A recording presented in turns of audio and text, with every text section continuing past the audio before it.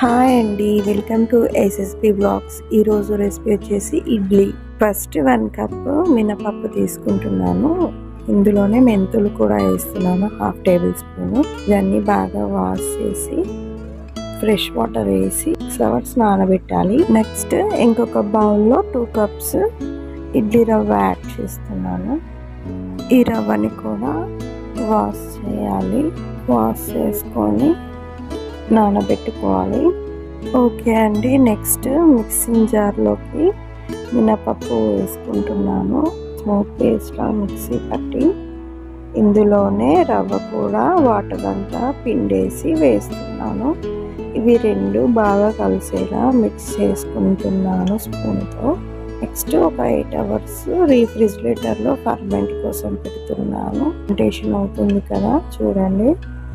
Okay, ఇదంతా ఒకసారి కలిసేలా ఒకసారి కలిపేసుకుందాం. అంతా డబుల్ క్వాంటిటీ అయిందండి. ఓకే, నెక్స్ట్ స్టవ్ ఆన్ చేసుకొని ఇడ్లీ కుక్కర్ పెట్టేసుకొని 2 గ్లాస్ వాటర్ వేస్తున్నాను. బాయిల్ అవ్వాలి. ఇక్కడ ఇడ్లీ ప్లేట్స్కి 1-2 డ్రాప్స్ గీ అప్లై చేసుకోవాలి. బౌల్లో మనకి ఎంతైతే బ్యాటర్ అవసరమో అదంతా వేసుకొని కొంచెం ఉప్పు వాటర్ వేసి మిక్స్ చేసుకోవాలి.